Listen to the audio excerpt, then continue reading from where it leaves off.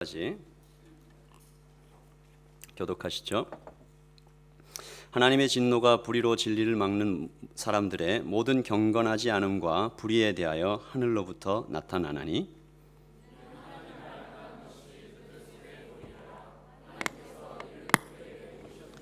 창세로부터 그의 보이지 아니하는 것들 곧 그의 영원하신 능력과 신성이 그가 만드신 만물에 분명히 보여 알려졌나니 그러므로 그들이 핑계하지 못할지니라.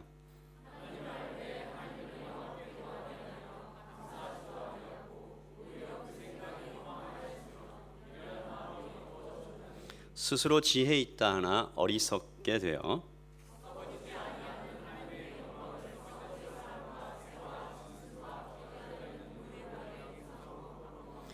그러므로 하나님께서 그들을 마음의 정욕대로 더러움에 내버려 두사 그들의 몸을 서로 욕되게 하셨으니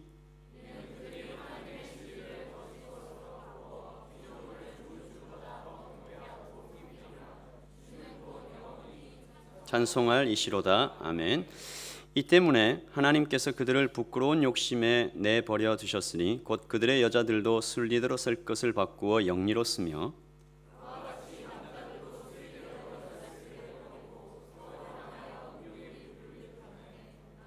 남자와 더불어 부끄러운 일을 행하여 또한 그들이 마음에 하나님 두기를 싫어하며 하나님께서 그들을 그 상실한 마음대로 내버려 두사 합당하지 못한 일을 하게 하셨으니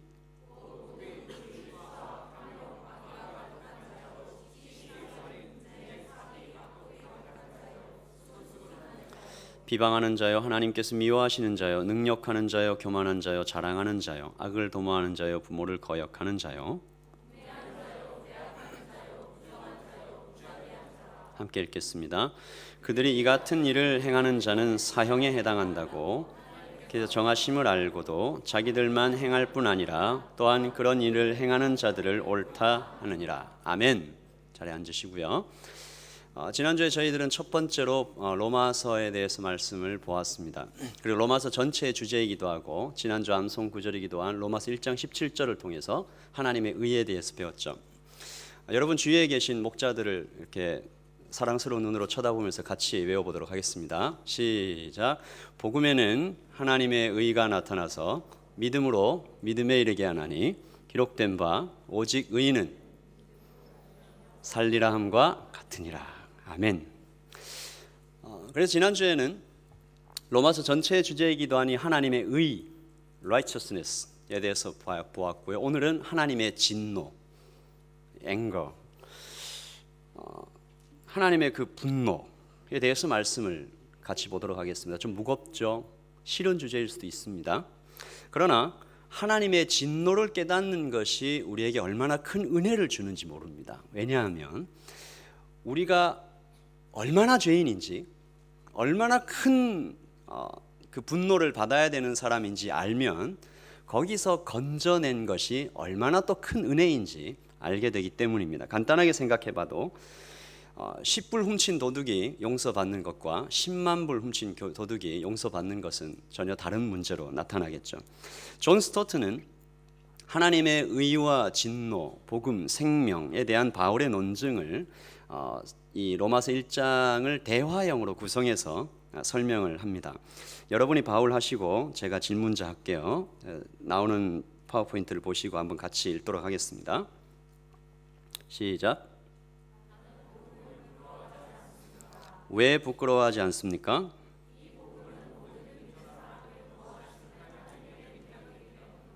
어떻게 그렇습니까?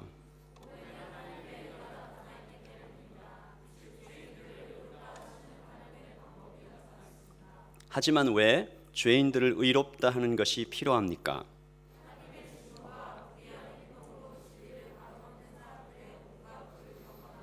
불의함을 겨냥하여 하늘로부터 나타나기 때문입니다. 그냥 두면 모두 영원한 사망입니다.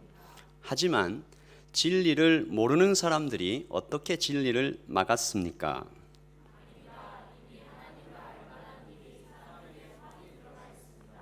이 세상 창조 때로부터 하나님의 보이지 않는 속성이 분명히 보여 알게 되어 있습니다. 이것이 오늘 제가 여러분과 함께 나눌 로마서 1장 마지막 부분에 대한 전체 서머리입니다. 이 주제가 이거죠. 왜 죄인들을 의롭다 하는 것이 필요합니까? 왜 죄인이고 왜 죄인은 의로워져야 됩니까? 대답이 하나님의 진노 때문이다. 하이델베르그 요리문답 8번에서는 이렇게 질문하고 대답합니다. 8번 보시면, 그렇다면 우리는 그렇게 죄인이냐?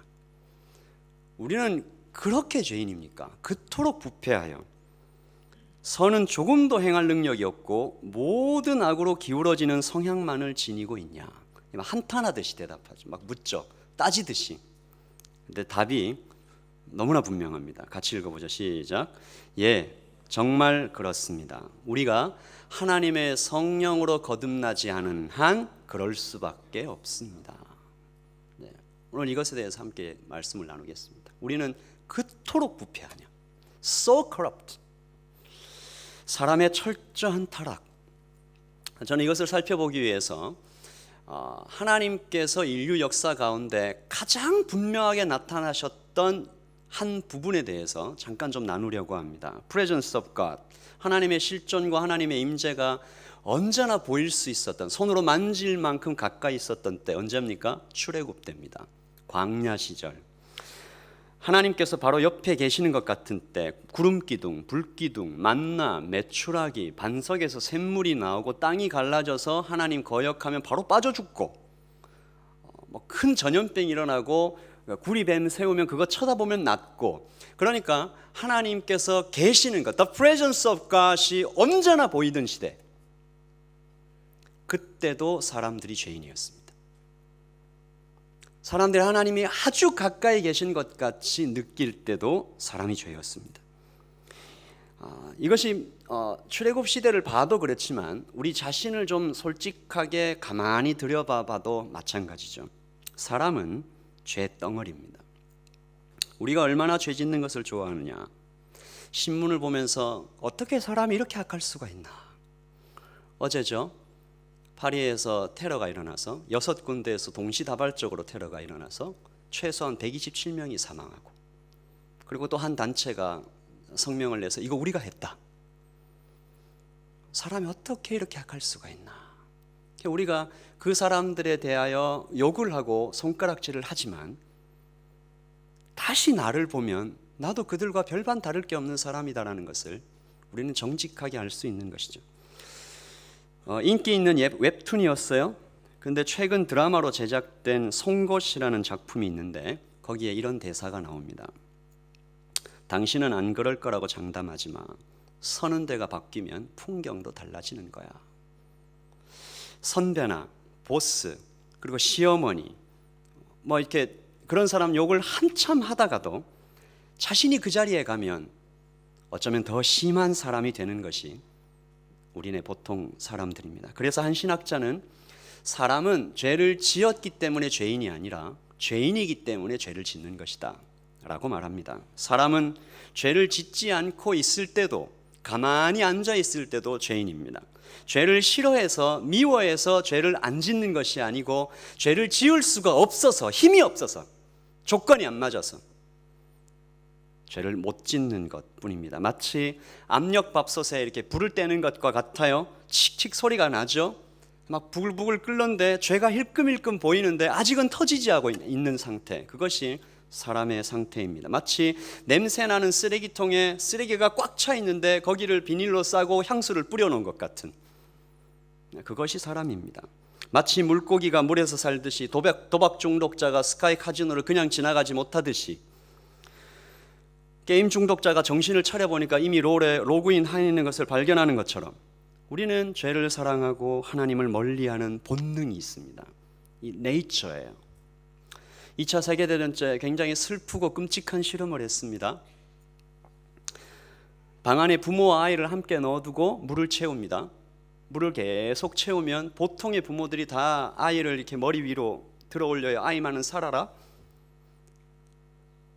근데 끔찍한 일은 부모의 머리를 넘어서 물이 차오르면 꽤 많은 부모님들이 아이를 딛고 일어선다라는 거죠.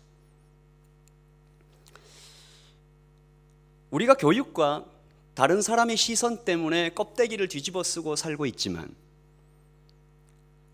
나는 안 그럴 거야 라고 생각하지만 서는 데가 바뀌면 풍경도 달라지듯이 내가 처한 상황이 되면 그렇게 죄가 나타나는 것이죠. 죄인의 인생이 참 비참해요. 육체를 가지고 있어서 비참하죠. 우리가 배고프고 춥고 아프고 목이 마르죠. 이 육체를 먹이기 위해서 입히기 위해서 우리가 얼마나 많이 힘들어요. 관계에서 오는 비참도 있어요. 보고 싶은 사람 보지 못해요. 보기 싫은 사람 계속 봐야 돼요. 이런 비참도 있죠. 마지막으로 죽음의 비참도 있습니다. 사람은 태어나면서부터 어쩌면 정해진 예정된 죽음을 향하여 계속해서 마치 시한폭탄처럼 째깍째깍 돌아가는 시한폭탄을 향해서 다 가고 있는 그런 운명의 사람일 수도 모르겠습니다. 누구도 이 비참, 죽음, 이 죄악의 운명에서 자유로울 수가 없는 거예요. 아까 말씀드렸지만 사람은 본능적으로 죄에 가까이 가는 네이처를 갖고 있기 때문에 그래요. 사람은 숨 쉬듯이 죄를 마시고 토해낸다. 좀 더러운 얘기긴 하지만 어떤 분이 이렇게 얘기를 하더라고요. 똥개가 똥을 보면 주인이 볼 때는 안 먹고 이렇게 아닌 척 시치미를 떼다가 주인이 안 보면 얼른 가서 이렇게 먹는 것처럼 마치 사람이 그렇지 않냐. 그러므로 우리가 사람의 본질을 조금 더 깊이 있게 들어가 보면 정직하게 우리가 말할 수 있는 거죠. 그러므로 사람은 하나님의 진노를 피할 수가 없다. 원죄, 오리지널 신을 가지고 있어서도 그렇지만 나 자신을 봐도 액추얼 신을 내가 늘 범하고 있는 그 죄를 봐도 하나님의 진노를 피할 수가 없다. 그래서 하이델베르그 요리문답 10번에서는 이렇게 질문하고 답합니다. 제가 질문해 볼게요. 여러분이 답하세요. 하나님께서는 그런 불순종과 반역을 형벌하지 않고 그냥 지나치시겠습니까?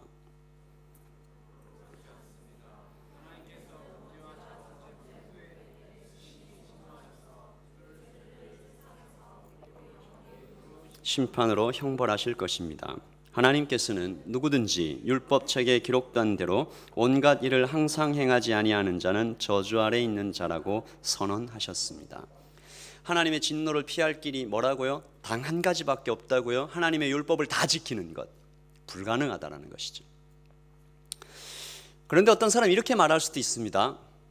나는 억울하다.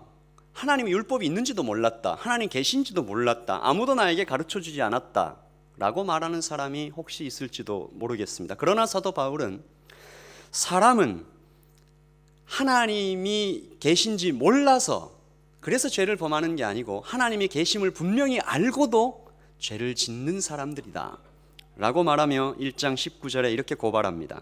이는 하나님을 알만한 것이 그들 속에 보임이라. 하나님께서 이를 그들에게 보이셨느니라. 20절은 같이 읽죠.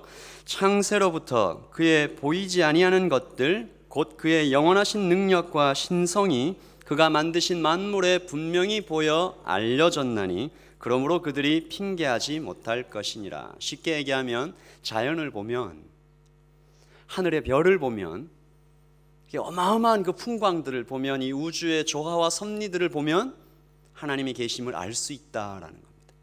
이것을 신학적인 용어로 자연 계신 Natural Revelation이라고 얘기를 합니다. Special Revelation과 구별되는 거죠.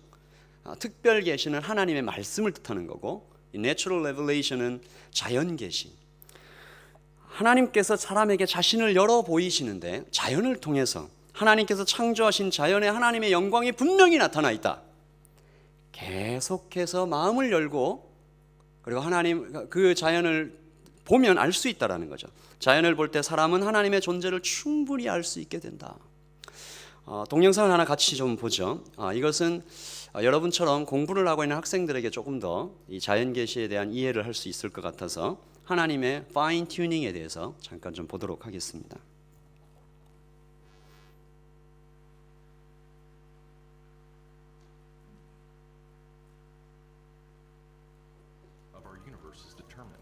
These numbers.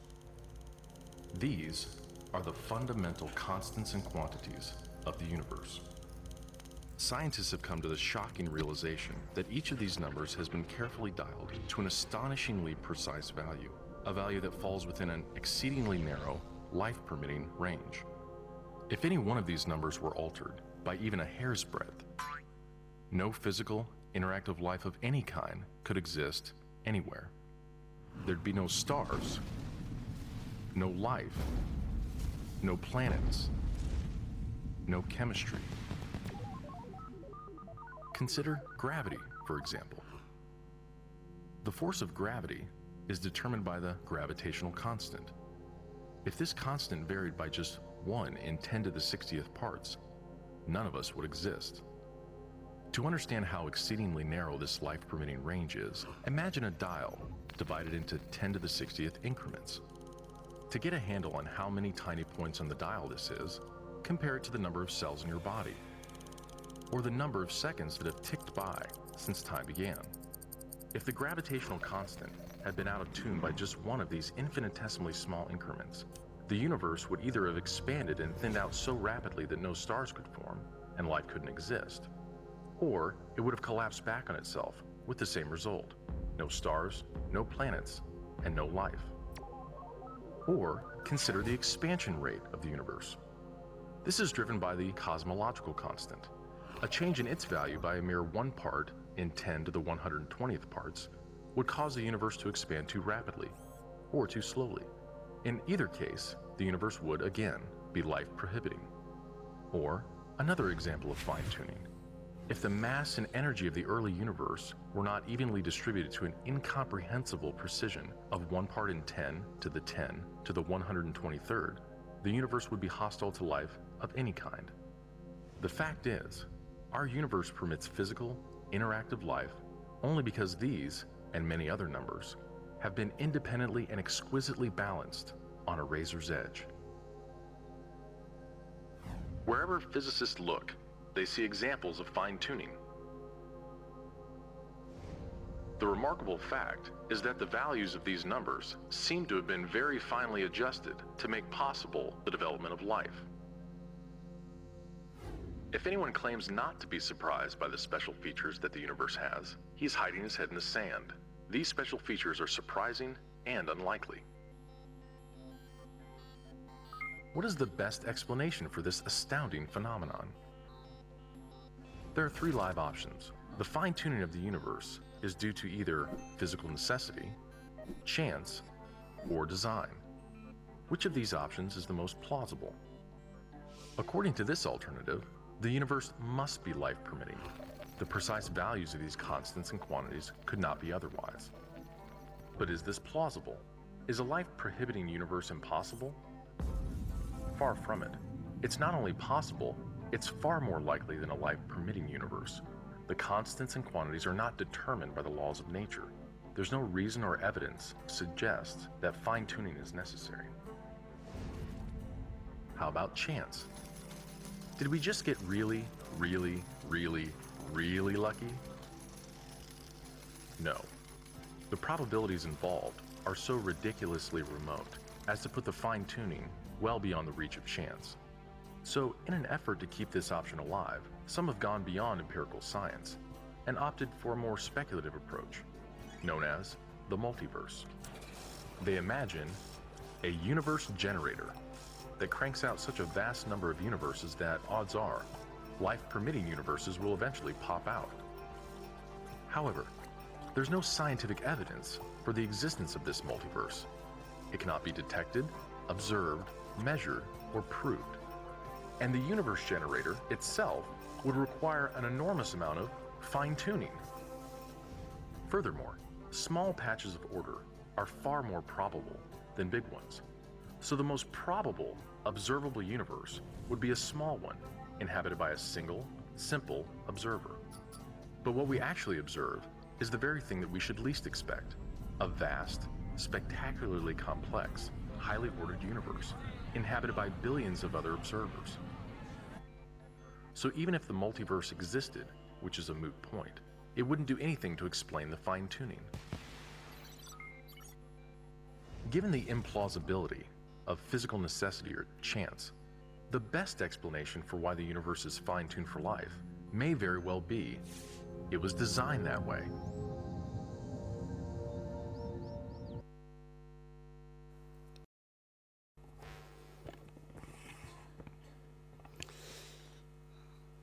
이런 자연 계시, 지각이 있는 과학자라면 그가 주의 깊게 물리적인 현상과 깊이 공부를 하면 반드시 알 수 있게 되죠.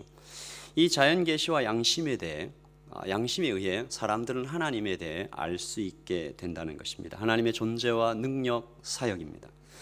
물론 하나님의 구원에 대한 말씀, 이 특별 계시에는 미치지 못하지만 여기에도 하나님이 계시다는 그 진리는 분명히 알 수 있다는 거죠. 그러므로 사람은 하나님 앞에 핑계하지 못한다라는 겁니다. 그들은 하나님을 인정해야만 했습니다. 마치 과학자들이 연구 가운데 창조의 신비를 발견하고 복음에 관심을 두게 되는 것처럼 그는 겸손해야 했습니다. 그러나 사람들은 하나님을 느끼고도 하나님을 지각하고도 존재를 짐작해서 알고도 그 지식과 양심에 따라 살지 아니하고 21절에 나타난 것처럼 하나님을 알되 하나님을 영화롭게도 아니하고 감사하지도 아니하고 오히려 그 생각이 허망하여지며 미련한 마음이 어두워졌다. 이렇게 말하는 거죠. There is probably no God. Stop worrying. Just enjoy your life. 이것이 하나님이 없다고 얘기하면 미련하고 어리석은 사람들이 말하는 것입니다. 하나님을 거절하며 자기 마음대로 살기 원하는 반역자들. 그러므로 모든 사람들은 로마서의 고발처럼 바울의 고백처럼 하나님의 진노 앞에서 변명할 수 없게 되는 것이죠. 오늘 이어지는 로마서의 말씀에는 그러면 그렇게 하나님을 떠난 사람들은 어떻게 되느냐? 하나님을 거절하고 하나님을 배반하고 반역한 사람들은 그들의 삶에서 무엇이 나타나느냐? 세 가지로 얘기를 하고 있습니다. 하나씩 좀 살펴보죠. 첫 번째, 우상 숭배입니다. 사도 바울은 그들을 어리석다고 그래요. 22절입니다. 스스로 지혜 있다나 어리석게 되어 23절입니다. 같이 읽어보죠. 시작. 썩어지지 아니하는 하나님의 영광을 썩어질 사람과 새와 짐승과 기어다니는 동물 모양의 우상으로 바뀌었느니라. 무슨 말인지 아시겠죠? 사람이 그 조각 세워놓고 그 앞에서 절하는 거예요. 어리석다라는 것입니다. 우상 숭배는 하나님 아닌 다른 것을 숭배하는 행위죠. 그 가운데 깊이 들어가 보면 뭐가 있냐면 자기 욕망이 있어요. 자기 두려움이 있어요. I-centeredness. 내 중심, 하나님이 주인이 아니고 내가 주인 되고 싶어하는 그런 마음이 다 있는 겁니다. 온갖 수단을 다 동원해서라도 끊임없는 갈증을 해소하고 싶다. 가지고 싶다, 누리고 싶다, 탐하고 돈을 좀 더 벌면 행복해질까? 건강하면, 결혼하면 그러면 행복해질까? 사람들은 끊임없이 돈과 성공과 쾌락에다가 자신의 모든 관심과 숭배하는 거죠. 미친 듯이 달려갑니다. 이게 다 모두 우상입니다. 두 번째로 두려움이죠. 하나님을 떠나긴 했는데 두려움이 있는 거예요. 그래서 그렇게 말하는 것 같아요. There is probably no God. Stop worrying. 뭔가 하나님을 떠나서 그 반대 방향으로 가긴 했는데 알 수 없는 두려움. 그래서 어떻게 합니까? 하나님을 대신할 만한 것들을 만들어요. 거길 만들어서 깎아놓기도 하고 세워놓기도 하고 거기다 절을 합니다. 이사도 결혼도 마음대로 못해요. 날짜를 받아야 돼요. 사업을 새로 시작하면 돼지머리를 갖다 놓고 절을 합니다. 불쌍하죠. 사도 바울은 이들을 보고 어리석다라고 얘기합니다. 가짜이기 때문입니다. 또 다른 이유가 뭡니까?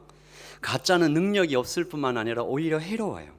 얼마 전 중국에서 가짜 우유 팔아가지고 아기들이 여러 명 죽은 사건이 있었죠. 가짜는 능력이 없을 뿐만 아니라 해롭습니다. 오직 하나님 안에 살아야 참된 기쁨과 행복이 있는데 왜 거기 가서 찾느냐? 사도 바울은 이야기하는 것입니다. 아마 사도 바울이 오늘 여기 여러분 청년들 앞에 서서 말하면 아마 그렇게 말할 거예요. 게임에는 참된 기쁨과 행복이 없는 거야. 뭐 그런 얘기들을 하겠죠. 그만 먹어. 뭐 이런저런 얘기들을 하겠죠. 성공이 아니야. 그런 쾌락을 따라가면 안 돼. 너희들이 공부를 많이 하고 뭐 지혜롭다 하긴 하지만 아니야. 하나님 안에 진짜 행복이 있어. 그런 얘기를 하겠죠. 교회를 다니면서도 하나님을 알면서도 하나님 없이 살아가는 것 같은 그런 사람들이 있습니다. 왜 다른 곳에서 쾌락을 찾느냐? 저는 이 대목에서 필립 얀시의 말이 떠올라서 좀 많이 반성하게 됐습니다. 필립 얀시라는 분은 굉장히 유명한 이 작가인데요. 그분이 이렇게 얘기를 했습니다. 어린 시절에 이렇게 얘기했어요. 나는 어린 시절 기독교인이 되지, 절대 내가 크면, 지금은 엄마 아빠가 교회를 안 나간다고 핍박하니까 어쩔 수 없이 나가지만 내가 크면 절대 기독교인이 되지 않겠다. 이유가 뭐냐 하면 내 주변을 보니까 정말 기뻐하고 행복을 누리는 그리스도인들이 한 명도 없는 것 같다는 거예요. 그냥 다 이렇게 지쳐 살고 그러는 것 같다. 그래서 자기는 커서 기독교인이 되지 않겠대요. 그래서 이 얘기를 들으니까 언젠가 제 아들에게, 제 아들 이름이 준이에요. 준아, 너는 커서 목사가 되는 게 어때? 라고 질문했을 때 이 녀석이 1초도 안 돼서 싫다고 말하고 아주 논리적으로 3가지 이유를 말했습니다. 매주 설교를 해야 된다. 너무 바쁘다. 이 앞에 2가지 이유는 뭐 그렇다 하는데 마지막 3번째 이유가 정말 할 말이 없었습니다. 아빠가 목사를 하면서 그리 행복해 보이지 않는 거죠. 여러분 어때요? 여러분 예수님 믿고 행복하십니까? 옆에 사람한테 한번 물어봐요. 예수님 믿어서 정말 행복합니까? 행복을 누립니까?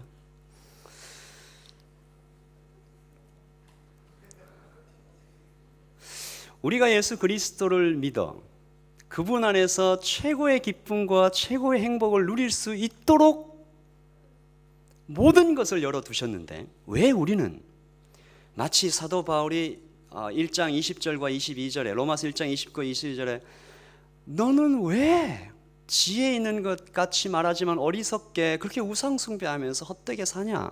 라는 말을 우리도 왜 들어야 되냐고요. 무신론 중에 실천적 무신론이 있습니다. Practical atheism, 이게 뭐냐 하면요, 말로는 하나님이 있다고 말해요. 그런데 삶으로는 하나님이 없는 것처럼 살아요. 이런 사람들이 그리스도인 가운데 많이 있습니다. 그런 사람들은 오늘 로마서 1장 21절에서 얘기하는 그 우상 숭배자가 들어야 할 경고를 들어야 돼요. 입으로는 100번 하나님은 계신다라고 말해요. 그러나 자기 생활 가운데는 하나님 없는 것처럼 삽니다. 우상 숭배를 하며 살아요. 어떤 교인들에게는 하나님이 아니라 돈이 하나님입니다. 명예와 쾌락, 자존심이 우상인 사람들도 있습니다. 안타깝게도 교회와 사역이 우상인 사람들도 있습니다. 저 같은 목사들이 빠지기 쉬운 함정이죠. 여러분에게 호소합니다. 여러분 이 무신론에 빠지지 마십시오.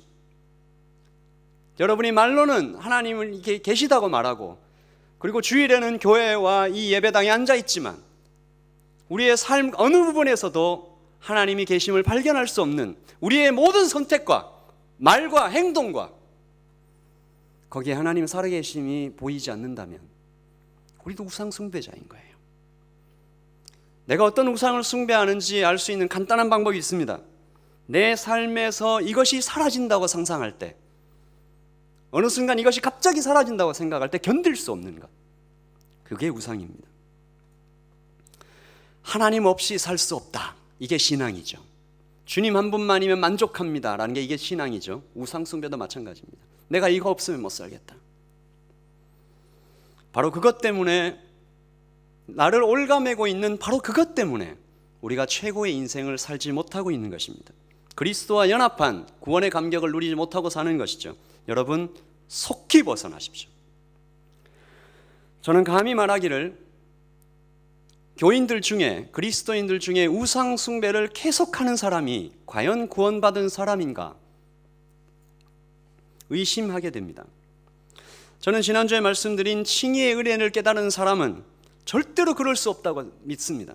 잠시 넘어지고 쓰러질 수는 있겠죠. 그러나 그 사람은 결코 우상을 숭배하며 살 수 없습니다. 나는 구원받았으니까 교만한 사람, 나 이제는 뭐 안전해 그러면서 마음껏 우상을 섬기며 사는 사람, 평생 그렇게 사는 사람, 고민 없이 돈과 쾌락과 자기 중심으로 똘똘 뭉쳐서 사는 사람, 그가 교회에 나와 이 자리에 앉아있다 하더라도 저는 감히 그 사람의 구원에 대하여 확신의 말씀을 드릴 수가 없습니다. 왜냐하면 마태복음 7장에 예수 그리스도께서 그렇게 경고하셨기 때문입니다. 나더러 주여 주여 하는 자마다 천국에 들어갈 것이 아니다. 그날에 많은 사람이 나더러 이르되 주여 주여 우리가 주의 이름으로 기도도 하고 주의 이름으로 사역도 하고 찬양팀도 하고 헌금도 내고 주일 예배에 왔고 제자 훈련도 받았고 목자도 했고 전도도 나갔습니다. 그때 내가 저희에게 밝히 말하되 내가 너희를 도무지 알지 못하니 불법을 행하는 자들아 내게서 떠나가라. 여러분 두려워하십시오. 실천적 무신론자가 내가 아닌가. 오늘 하나님을 떠나서 우상 숭배를 일삼고 있다는 그 경고가 내가 들어야 할 말이 아닌가. 주님을 따르지 못하게 내 손에 쥐고 있는 것, 내 눈을 가리고 있는 것에서 속히 떠나시기를 예수님의 이름으로 축복합니다. 두 번째입니다. 하나님을 떠난 사람은 동성애를 포함한 음행에 빠지게 됩니다. 1장 26절이죠. 이 때문에 하나님께서 그들을 부끄러운 욕심에 내버려 두셨으니 곧 그들의 여자들대로 순리대로 쓸 것을 바꾸고 영리로 쓰며, 같이 읽읍시다. 그와 같이 남자들도 순리대로 여자 쓰기를 버리고 음욕이 부릴 듯하며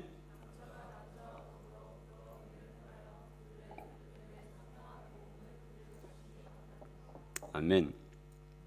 하나님을 떠난 사람들은 다른 곳에서 만족을 찾아 헤맵니다. 어쩔 수 없어요. 파스칼이 말했듯이, 헤르만 바빙크가 말했듯이 사람 안에는 오직 하나님만이 채울 수밖에 없는 그런 빈 공간이 있다. 그 빈 공간이 채워지지 않기 때문에 사람들은 만족을 찾아 헤맵니다. 점점 더 강한 쾌락을 찾아요. 그 중에서도 특별히 더 강한 것이 성적인 타락이 아닌가 생각합니다. 끝이 없어요. 오늘 말씀은 대표적으로 동성애를 말합니다. 이것이 성적인 죄 중에서도 특히 하나님의 진노를 일으키는 이유는 이것이 가정을 파괴하기 때문입니다. 하나님께서 세우신 두 공동체, 교회와 가정, 그 가운데 가정을 파괴하는 것이죠. 동성애자들은 아니라고 말할 수도 있겠습니다. 우리는 아주 건강한 가정을 이루고 있다. 우리는 사랑하고 남자와 남자가 결혼했지만 우리 아이도 입양했고 그렇게 아름다운 가정을 이루고 있다라고 말할 수도 있겠죠. 그러나 더 중요한 것은 동성애가 가정의 정의를, 그러니까 definition을 파괴하고 있는 것이죠. 남자와 여자가 결혼하여 가정을 이룰 것이다라는 하나님의 법, 하나님의 말씀이 짓밟히고 있습니다. 요즘 어떻게 결혼합니까? 남자와 남자, 여자와 여자가 결혼할 뿐만이 아니죠. 남자와 두 여자, 한 여자와 두 남자. 그뿐만이 아닙니다. 아버지와 딸, 아버지와 아들, 어머니와 딸, 어머니와 아들이 결혼하고 있습니다. 그뿐만이 아니에요. 이제 동물과 사람이 결혼할 거예요. 그렇게 가는 거죠. 그렇게 되면 이 가정의 정의가 다 파괴되고 이것은 사회의 붕괴로 이어질 것입니다. 실제로 그런 일들이 일어나고 있어요. 이것은 단순히 남자를 좋아하는 감정이 생긴 한 남자의 자유를 존중하자, 한 여자의 자유를 존중하자, 이런 차원에서 생각할 수 있는 부분이 아닙니다. 오늘 제가 여기에서 여러분과 함께 동성애에 대해서 깊이 다루기는 쉽지 않겠지만 그래도 분명한 것 한 가지만 말씀드릴게요. 동성애는 하나님의 진노를 받아야 하는 죄입니다. 물론 동성애만 죄는 아닙니다. 우리 모두가 죄인이에요. 동성애자들과 우리도 똑같이 하나님 앞에서 내가 가지고 있는 불의, 내가 가지고 있는 교만 다 심판을 받아야 되죠. 그러나 동성애도 죄입니다.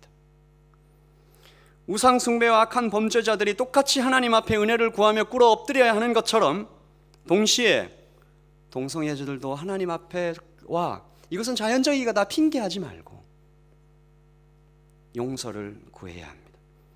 그리고 동시에 교회는 동성애를 포함한 그 어떤 죄인이라도 이 예배당에 와서 하나님 앞에 앉아 있을 수 있는 그런 사랑의 장소여야만 합니다.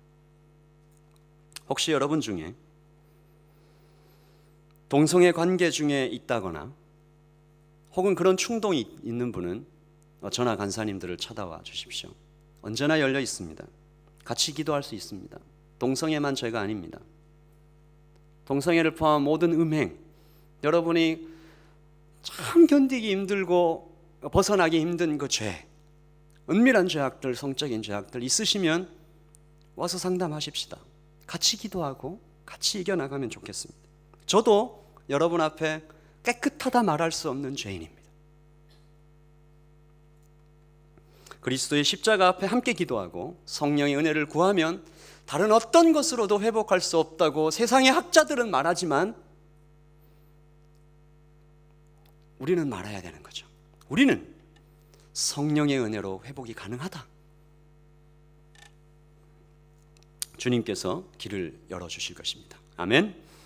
세 번째, 하나님을 떠난 사람들에게 나타나는 온갖 악한 범죄들입니다. 29절부터 30절까지 보세요. 불의, 추악, 탐욕, 악의, 시기, 살인, 분쟁, 사기, 악독, 수군수군, 비방, 능욕, 교만, 자랑, 악을 도모하고 부모를 거역하고. 31절, 우매한 자, 배약하는 자, 무정한 자, 무자비한 자. 사람이 저지를 수 있는 온갖 범죄들을 다 적어 놓은 것 같아요. 결론은 뭐예요? 사람은 하나님을 떠나면 죄를 짓는다. 또 다른 말로 뭐예요? 이 세상에 나타난 모든 범죄는 결국 사람이 하나님을 떠났기 때문에 생긴 것이다.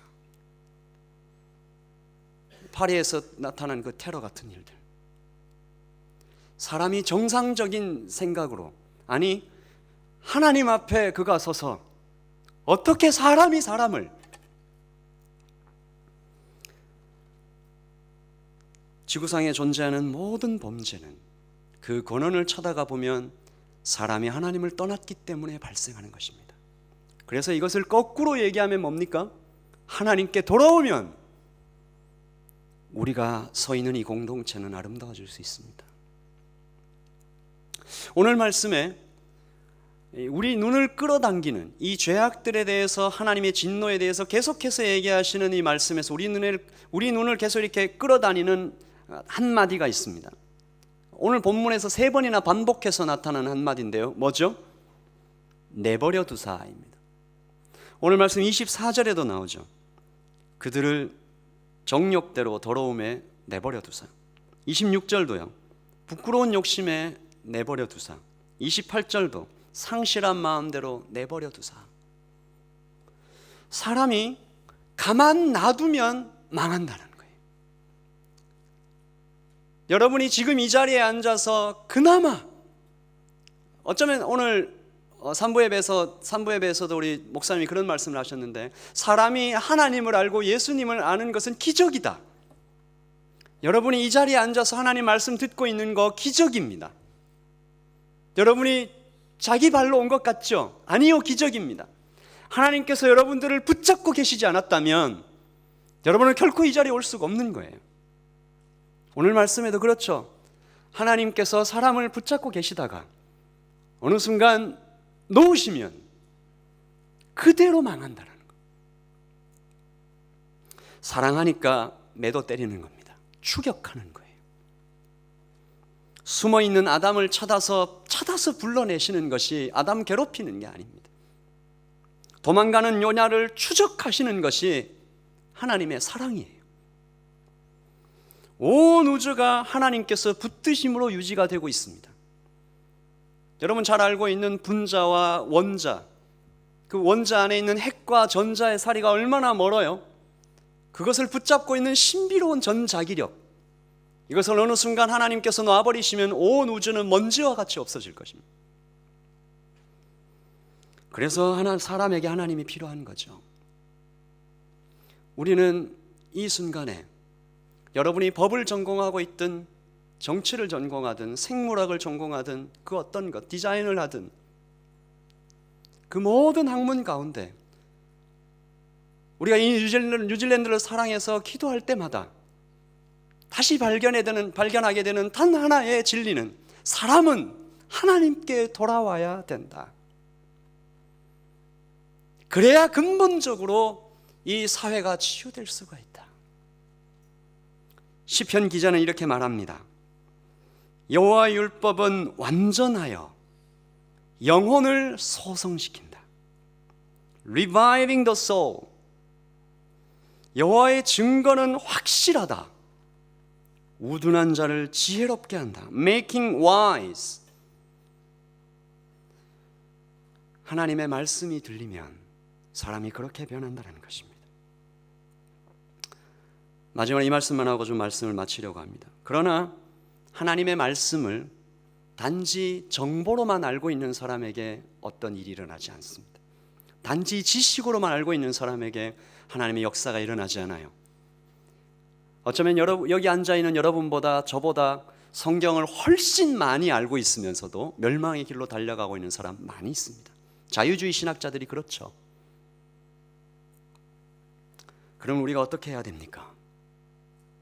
로마서 1장 17절을 우리 다시 한번 함송해 봅시다. 시작. 복음에는 하나님의 의가 나타나서 믿음으로 믿음에 이르게 하나니 기록된 바 오직 의인은 믿음으로 말미암아 살리라 함과 같으니라. 그 하나님의 말씀을 믿는 거예요. 내 힘으로 믿을 수가 없으니까 기도하는 거예요. 성령님께 간구하는 거예요. 이 말씀을 믿게 하여 주시옵소서. 이 말씀이 내 심령 가운데 들어와서 움직이게 해 주시옵소서.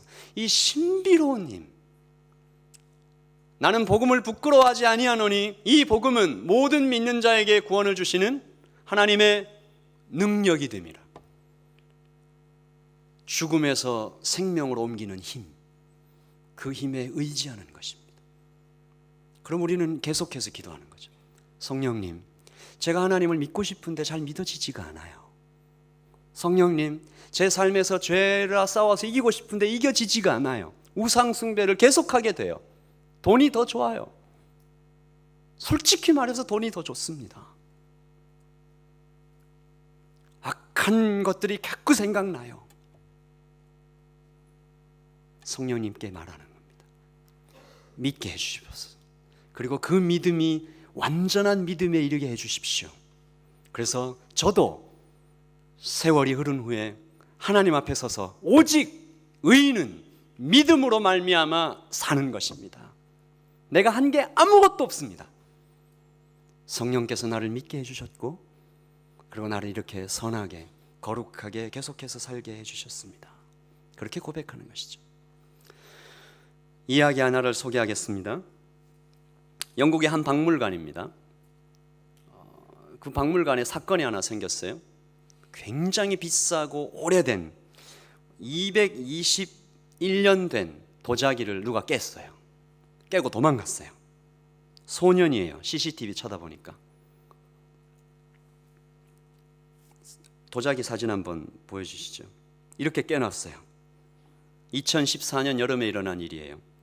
박물관 측은 이 소년을 찾고 있습니다. 이렇게 얘기하네요. 우리는 아이의 이름은 모르고 CCTV에 찍힌 걸로 보아 4살에서 5살 정도로 보이는 남자아이였다. 2014년 여름에 영국에 방문하셨던 분이 계시면, 근데요, 놀라운 것은 이 박물관이 이 소년을 찾는 이유예요. 소년의 부모에게 손해배상을 청구하려는 걸까? 아닙니다. 박물관이 이렇게 말합니다. 우리는 소년과 소년의 가족을 스페셜 투어 프로그램에 초청해서 다시 완벽하게 조립된 도자기 주전자를 보여주고 싶다. 우리는 이 아이를 안심시키고 싶습니다. 모든 게 다 잘 됐습니다. 사고 당시 깨진 도자기의 조각은 총 65개였는데 조각 하나를 붙이는데 약 1시간이 걸렸습니다. 그러나 완벽하게 재조립했습니다. 이 재조립된 도자기는 현재 이 지역의 예술학교 갤러리에 전시 중입니다. 여러분, 왜 불렀어요? 용서해 주려고 불렀어요. 안심시키려고 불렀어요. 그러면 이 아이와 부모에게 필요한 건 뭐예요? 믿음이에요. 내가 그 자리에 나타나기만 하면 내가 그동안 지고 있던 이 모든 죄의 짐을 벗고 자유를 얻겠구나. 용서를 받겠구나. 그러나 그 아이는 분명히 알게 되겠죠. 내가 얼마나 큰 잘못에서 용서받았는지. 조각이 65개인데 하나 붙이는데 몇 시간 걸렸다고요? 네, 1시간 걸렸으니까 막 얼마나 열심히 붙였겠습니까? 얼마나 큰 잘못에서 내가 용서받았는지 알게 된 것입니다. 그러나 끝내 숨어 있다면 그와 그 부모는 평생 그 죄가 주는 고통에서 벗어나지 못하게 될 것입니다. 똑같습니다. 여러분, 성령님께 의지하고 기도하면서 마치 도자기 깨뜨려진 도자기처럼 망가진 내 모습을 주님 앞에 가져오는 거죠. 그리고 믿는 것입니다. 하나님께 나오기만 하면 주께서 나를 회복시켜 주시겠구나. 온갖 더러운 죄에서, 우상 숭배에서, 실천적 무신론에서, 동성애에서, 음란한 것에서, 그런 모든 것에서 나를 깨끗게 하시고 나를 의롭다 여겨 주시겠구나. 그렇게 믿는 것입니다. 기도하겠습니다.